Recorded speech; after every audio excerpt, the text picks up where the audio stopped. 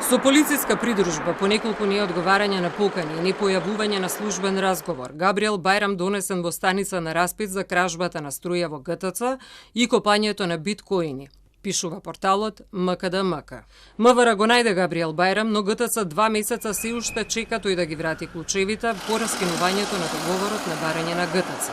Кои се причините за раскинување на договорот? Затоа што не плаќа, таму има според договорот 3 месеци ако не платиш и нормално се раскинува договорот. Предаде клучевите и да го превземе во владење градски трговски центар и тогаш законски ќе има право градски трговски центар да влезе во магазинот и да провери што се случува. Си има процедура за таа работа.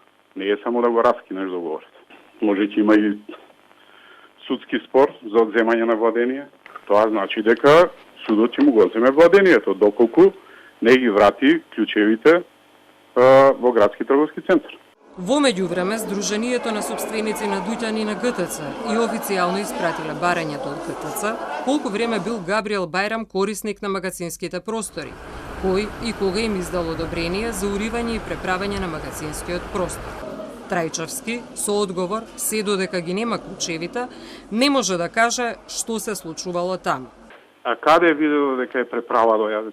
Прво, градски трговски центар не може да влезе во магазинскиот простор бидејќи го владее друг собственик, што склучил договор. Во оној момент, кога ќе му се одземе владењето, тогаш градски трговски центар ќе влезе и јавно може да ве повика медиумите лично да го отвориме и да видиме што се случувало внатре. Министерството за внатрешни работи и обвинителството водат истрага. Остварени се контакти и извршени се службени разговори со надлежните во ЕВН и Градскиот трговски центар Скопје, а се вршат службени разговори и со други лица. По комплетирање на целокупниот материјал ќе биде доставено известување до Основното јавно обвинителство Скопје за преземените мерки.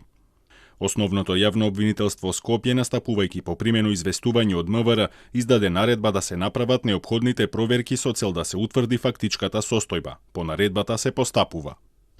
Лани во ноември полицијата изврши претрез во магазините на ГТЦ, каде што кираџија беше Габриел Бајрам. Дуќанџиите се сомневаа дека краде струја за да копа криптовалути.